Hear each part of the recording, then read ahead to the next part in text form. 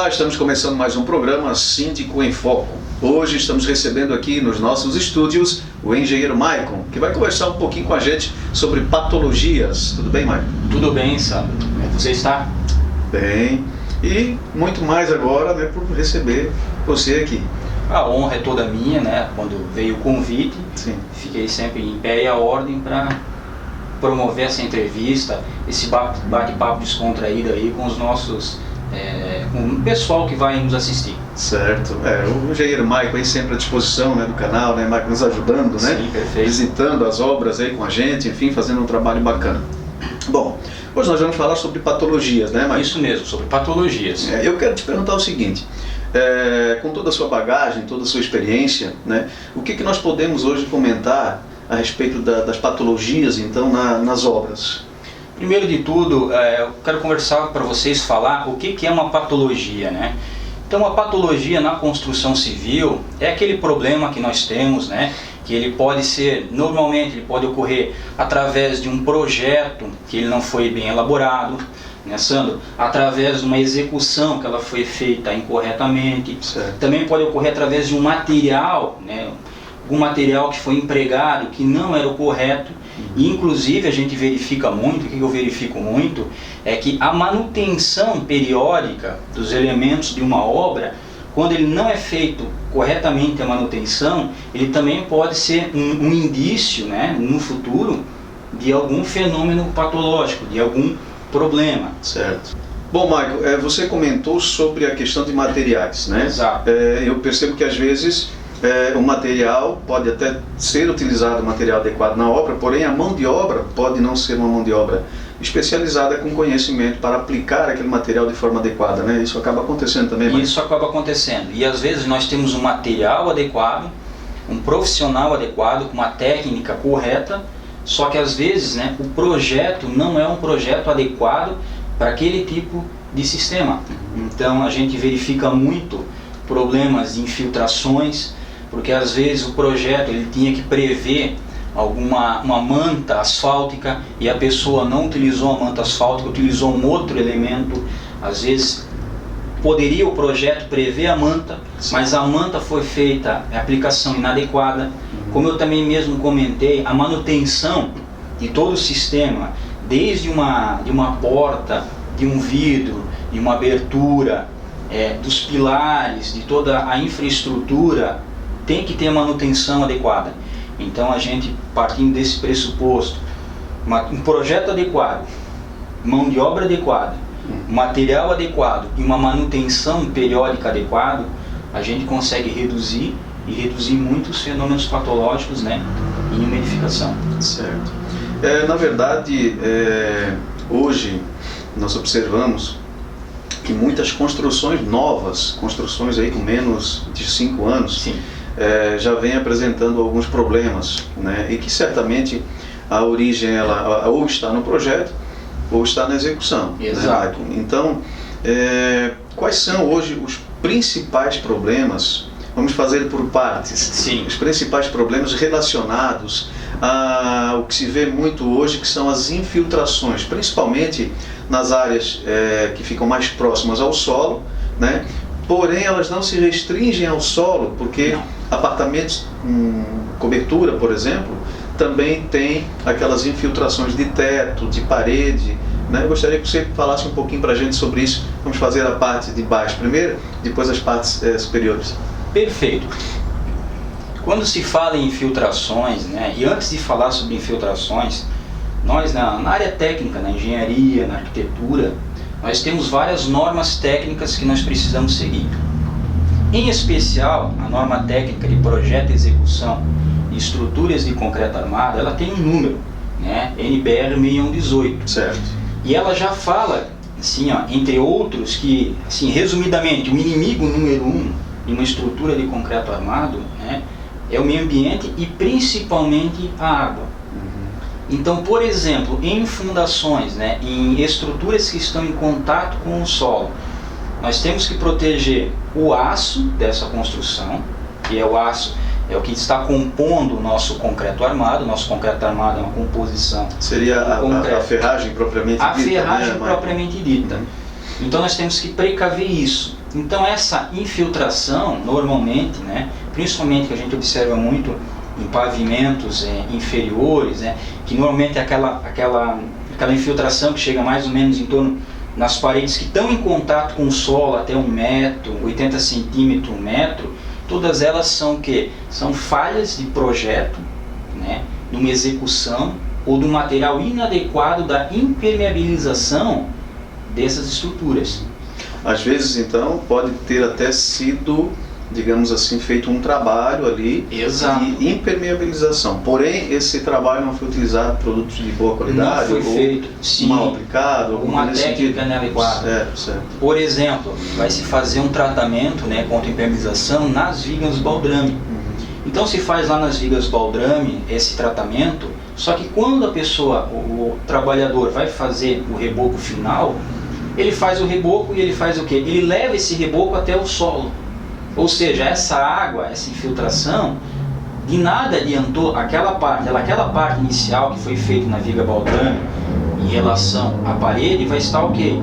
Mas a água vai vir por outro lugar. Essa parte que você se refere, eu observo nas obras, quando a gente vai fazer visita, então existe a parte ali de concreto onde vai ser colocado os tijolos para a parede, existe um isolamento. Isso Porém, mesmo. ele não vai até nas laterais. Isto. Então, se o reboco passar daquele isolamento, ele puxa a umidade, então aquilo não resolveu nada. O reboco encostando, né, encostando no solo, essa água ela vai subir pelo esse reboco. Um exemplo clássico é quando nós estamos aí caminhando numa calçada e a gente não percebe uma poça de água.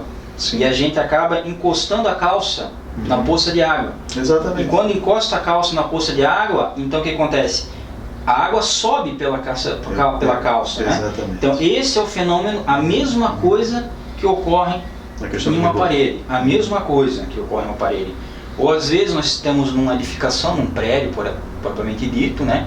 E o vizinho, ele acaba aterrando e acaba elevando na lateral essa quantidade de água que fica, né, através da parede. Então essa água ela vai migrar através de parede, né, e ela vai dar vários problemas, né. Inclusive às vezes esse material acaba encostando na parede sem que ela receba até nenhum tipo de isolamento. Muitas vezes. E talvez caberia ali o bom senso também de comunicar, de avisar, né? Oportunizar para o imóvel do lado poder fazer esse isolamento, né? Sim, aí se faz o isolamento adequado, se utiliza os materiais, a técnica correta, e com certeza vai ser bom tanto para o condomínio como para o outro condomínio. Com certeza. Maicon, e as infiltrações que acontecem, né, nos apartamentos superiores e que devem ter origem, né, na cobertura, isso é ocasionado em função do que, Maicon?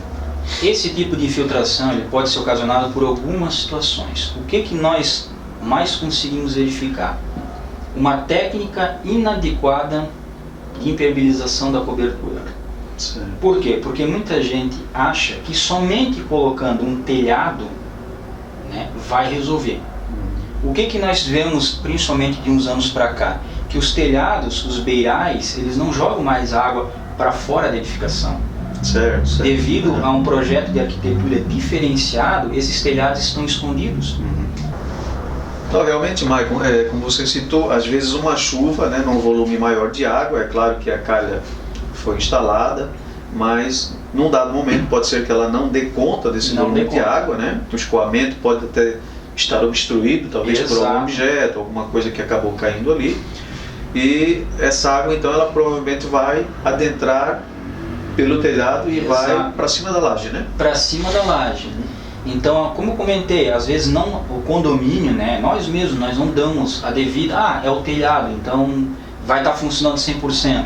Então, o que pode acontecer, né? Às vezes, nas descidas, a gente tem que botar uma grelha lá, uma folha, uma sujeira, um galho de árvore, ele pode trancar ali, a gente não percebe. E a própria sujeira dos próprios telhados, né, ela pode ficar ali, obstruir, e quando dá uma chuva mais forte ou um transbordo, essa água ela adentra pela laje. E tradicionalmente, por onde que ela vai acabar descendo? Ela vai acabar descendo normalmente nas situações de tomadas, na parte de iluminação. E quando nós temos um forro, um gesso, por assim dizer, isso vai acabar gotejando pouco a pouco. Quando que nós vamos perceber que nós estamos com uma infiltração no gesso? Quando ele já está extremamente amarelado ou quando, infelizmente, ele já começa a cair.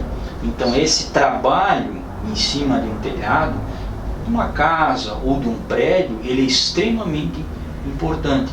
Um telhado adequado, dependendo da situação, se não tiver telhado, uma manta asfáltica aplicada corretamente, os ralos, né, se for aberto, os ralos também com uma proteção adequada, né, se tiver calhas, rufos, todas elas dimensionadas e aplicada corretamente, isso diminui um monte. No caso da manta, Maicon, como você falou, algumas áreas que não são cobertas, áreas de terraço, enfim, né, que se utiliza ali para até muitos, dizer, até uma área de festa, né, uma área ali. Essa infiltração, quando ela aparece num determinado tempo, depois, né, de 3, 4, 5 anos, o que aconteceu ali, Maicon? Aconteceu o quê? Um problema de vazamento pelo rejunte, né? Sim. Que junta os pisos um ao outro, ou a manta, ou aí teria que ser feita uma avaliação? Normalmente a gente faz uma avaliação. Só que é o seguinte, o que a gente já pegou, o que eu já peguei e assim acontece. Vou dar o exemplo da manta asfáltica. Essa manta asfáltica, antes de ser aplicada na laje, a gente tem que estar ela bem regularizada, sem ponta, sem nada, porque ela não pode ser furada. Certo. Porque na execução, quando a gente vai aplicar, ela pode, por algum motivo, furar. Então a gente tem que tomar um controle rigoroso. Quando ela está bem limpa, a gente passa um primer, que é como se fosse aquele piche antigo que a gente passa. Sim. Certo. E a gente vem desenrolando a manta e a gente vem com maçarico na frente para que ela fique bem colada e bem unida. E onde tem entre uma manta e outra, a gente deixa um espaçamento certinho. Só que ela se sobrepõe para fazer um isolamento ali. O que muitas vezes acontece? Acontece em problemas quando acaba o piso e começa a parede, que simplesmente se faz reto, mas não pode, ela tem que estar, o canto, ele não pode ser um canto, como a gente sempre vê, um cantinho reto, ele tem que ter uma bauladinha, uma curvinha, ele tem que subir um pouco, dependendo da situação, ele sobe 20, sobe 30, dependendo do projeto, sobe até mais. E principalmente a gente vê problemas com manta em ralo, para incorretamente no ralo. Certo. Então quando chove, quando a água escoa pelo ralo, se ela não for feita corretamente, ela vai passar pela manta, ela vai voltar e vai adentrar no piso, e aí vai dar problemas de infiltração. Então, quando se fala em impermeabilização, principalmente em terraços, a gente tem que tomar muito cuidado, né? Principalmente com a execução. Uma execução adequada, ela é muito mais do que 50% de todo o trabalho. Isso é um caso bastante típico da má aplicação, né, do produto. É um caso típico da má aplicação. Às vezes a manta até pode ter qualidade, mas se não for aplicada adequadamente, acaba permitindo esse tipo de situação, né? Muitos profissionais, muitas pessoas não gostam até da aplicação da manta, porque diz que porque ela é frágil, ela é isso, ela é aquilo. Muitas vezes é uma aplicação incorreta. Ou o aplicador, ele fez toda a aplicação e depois o que é feito? É certificado que não tem infiltração. Então o que se faz? Se enche de água, 10, 15 centímetros de água, deixa ela, e a gente deixa até 2 dias para saber se baixou o nível da água ou não, para saber se teve algum problema ou não. E aí está tudo certo. Aí o que acontece? Dependendo de um outro profissional desavisado, pode ir lá com um andaime, um carrinho, ou deixar uma ferramenta cair e fura a manta. É feito todo o processo e no decorrer de 1 ano, 2 anos, aquele furinho lá, aquela água vai adentrar por aquele furinho. E aí quando se percebe, o problema já está gigante. Porque essas situações de infiltração, muito difícil, vai dar, entregamos a obra hoje, semana que vem, no mês que vem, vai estar aparecendo. Demanda de um tempo bastante considerável. Demanda de um tempo. Às vezes demora 5 anos, às vezes mais de 5 anos. E aí quando o proprietário vai acionar a construtora, vai dizer, construtora, estou com um problema, às vezes até a própria garantia do imóvel já se expirou, já extinguiu. Certo. Bom, qual seria a tua dica, né, para quem vai construir? Colocar manta, só a manta, colocar telhado, só o piso não resolve. Só o piso não resolve. Acaba só o tendo piso, infiltração, né? Só o piso, né? Eu não diria que é a mesma coisa que nada, porque nada seria muito forte falar, né? Sim. Mas seria muito pouco, só colocar a cerâmica em cima. Poderia utilizar até um outro elemento, uma massa polimérica, né, que também evita muito. Mas de todas elas ainda, assim, se fosse para igualar, a manta ela tem várias vantagens, né? Ela tem várias vantagens sobre os outros sistemas. Mas assim, o que é melhor? Só o telhado, só a manta? Depende de cada projeto. Cada projeto vai especificar de uma maneira ou de outra como que o profissional, né, junto ao cliente, como que ele vai querer não só a sua edificação, mas também as suas devidas proteções. E sempre falando, só um sistema, eu sempre aconselho, se for possível, utilizar mais de um sistema, sempre para se precaver. Fazer uma redundância, né? Sim, uma redundância. É igual exemplo, nós temos automóveis que têm airbag, então nós não vamos utilizar o cinto? Não, utilizamos o cinto e o airbag. Então sempre, quanto mais situações em favor da segurança do nosso imóvel, melhor. Por quê? Porque depois é muito mais oneroso nós tivermos que fazer uma reforma, um reparo, do que fazer correto da primeira vez. O mais barato, fazer certo, evitar o retrabalho. Evitar o retrabalho. O mais caro é o retrabalho. Fazer certo da primeira vez, mantendo depois uma manutenção adequada, nós podemos ter problema? Com certeza, mas serão muito menores do que a gente deixar de qualquer jeito e lá na frente a gente ter uma oneração grande para o condomínio. Com certeza. Bom, então para quem não pretende utilizar o teto da edificação, poderia usar uma manta combinado com o telhado, né? Uma manta. Que com certeza daria uma durabilidade, aí, uma vida útil para telhado, salvo, né, alguma chuva de granizo, alguma coisa que possa ocorrer, mas aumentaria bastante e consideravelmente a vida útil ali dessa proteção quanto à umidade, né? Aumenta muito. Tanto é que se a gente utiliza, mas eu só quero, né, uma das opções, que é muito comum só utilizar o telhado, dá para ser utilizado só o telhado, né, e fazer o quê? E se preocupar muito com os rufos e com as calhas. Se preocupar muito com isso, né? Utilizar toda a área impermeabilizada com manta e telhado, a gente sabe que é mais caro, né? A gente pudesse fazer isso, a gente faz. Mas eu vou fazer, e pode ser feito somente o telhado. Só que a gente tem que se preocupar muito com calhas e com rufos. Muito mesmo. O escoamento da água. O escoamento da água. Para a gente certificar que se uma calha daquela não der conta, que não tenha o vazamento. E também é importante que periodicamente a gente observe, né, como que está esse telhado. Muitas pessoas acham que o telhado ele é para a vida toda. Não é. Então o que a gente aconselhava, inclusive até através de instruções e normas técnicas. As ripas de um telhado elas têm que ser trocadas praticamente a cada 2 anos. E a gente vê que praticamente o pessoal não faz isso. Acaba ficando esquecido lá, né? Acaba esquecido. As terças de telhado, né, e outras peças, a cada 5, 6, 7 anos, elas devem ser trocadas. Claro, se elas estiverem em excelentes condições, não há necessidade. E peças principais, tipo pontaletes e outras, a cada 10, 15 anos eles devem ser substituídos. O que muitas vezes é feito? Se faz o telhado lá e só se troca quando tem problema. E aí a gente já sabe... Só faz a manutenção corretiva, né? Faz a manutenção corretiva.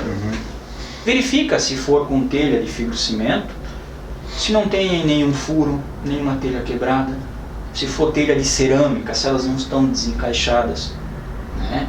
Se for uma telha metálica, se todos aqueles furos que foi feito parafuso, eles estão vedados, né, corretamente. Então a gente precisa de uma manutenção adequada. Não simplesmente, é igual um automóvel, se a gente simplesmente só colocar gasolina e esquecer de óleo de freio, vários óleos, pneu, bateria, vai chegar um momento que o carro não vai mais andar. É um conjunto de ações, né? É um conjunto de ações. É um conjunto de ações. Não só com esses elementos, né? Com vários elementos de uma edificação, nós temos que ter periodicamente a manutenção. Maico, para a gente fechar aí, qual é o problema hoje mais comum? O problema mais comum, na verdade, eu nem diria que é um problema, que é um sintoma, Sim. que são as trincas. Certo. Porque quando se fala em trincas, eu sempre gosto de dar um exemplo, né, apesar de eu não ser da área médica, mas para o povo, né, para o público entender, exemplificando, né? Exemplificando, é a febre. A febre, eu estou com febre, tá, mas essa febre é oriunda do quê? De uma infecção, de uma gripe ou de uma outra doença. Então aparecem as trincas. Existem vários e vários tipos de trincas. Tanto é que a gente poderia até fazer muito mais horas só falando sobre trincas. Certo. As trincas, elas podem ser de movimentação térmica, exemplo, um dia muito quente, né, um material inadequado, um projeto, um dia muito quente, esfriou, então deu uma dilatação térmica, deu uma trinca. Certo. Pode ser também que uma peça foi dimensionada incorretamente, então ela está sofrendo. Pode ser um recalque, né, por exemplo, uma sapata ou uma fundação que desceu, apareceu uma trinca. Certo. Eu posso ter uma verga e uma contraverga, né, que são proteções de janelas e portas, que não foi executada, dá uma trinca. Então o sintoma mais comum é a trinca. Mas toda trinca é um problema? Nem sempre é um problema. Só que a trinca, ela sempre é igual uma febre, ela é um indício. Então nós temos no automóvel, nós temos várias luzes. Se acendeu a luz vermelha, o que é aquela luz vermelha? Nós temos que saber no automóvel o que é. Num caso de uma edificação, é a trinca. Aí a gente tem que procurar, né, através de um profissional qualificado, para saber se aquela trinca lá, ele é um sintoma que a gente deve se preocupar a médio e longo prazo, ou ele é simplesmente uma trinca, né, algo que relativamente sem importância, que é só uma movimentaçãozinha, né, relativamente simples, algo estético que a gente vai lá e faz uma correção simples e já está tudo resolvido. Certo. Ok, então. Maico, mais alguma consideração em relação ao assunto de hoje? Eu gostaria de ainda fazer mais uma pergunta. O que se pode fazer nessa questão do reboco que encostou no piso, né? Existe alguma ação para reverter isso ou, uma vez que acontece, não tem mais remédio? Na maioria dos casos, quando acontece uma situação dessa, a gente precisa refazer o reboco e tentar desencostar do solo. A grande problemática, quando acontece isso, na maioria dos casos vai ser um problema recorrente. Infelizmente é uma patologia que ela é recorrente. Então não basta agora a gente só retirar ela, a gente vai ter que refazer todo o reboco, né, com a massa que tenha impermeabilizante. A gente, se for possível, tem que às vezes até refazer a própria impermeabilização do baldrame. Isso tudo é extremamente custoso. Eu percebo que às vezes o pessoal faz um tipo de um corte, né, na parede. Exato. Esse seria o trabalho então de fazer o conserto? Seria essa a forma de refazer? Isso. Na maioria dos casos, essa é uma forma paliativa. Certo. Se faz o recorte, se faz, e infelizmente, e muitas vezes, o problema ele vai voltar daqui a algum tempo. Porque às vezes não é somente do reboco, às vezes nós temos um outro elemento, um outro ponto de infiltração, que simplesmente quando a gente faz esse conserto, por assim dizer, a gente não conseguiu perceber. Então pode ser que venha essa infiltração de um outro local. E como ela demora muito para aparecer, não é algo que a gente... abrimos o reboco aqui, a gente viu, não, exatamente está ali o ponto. Infelizmente não é assim. É algo que demora muito a aparecer. Certo.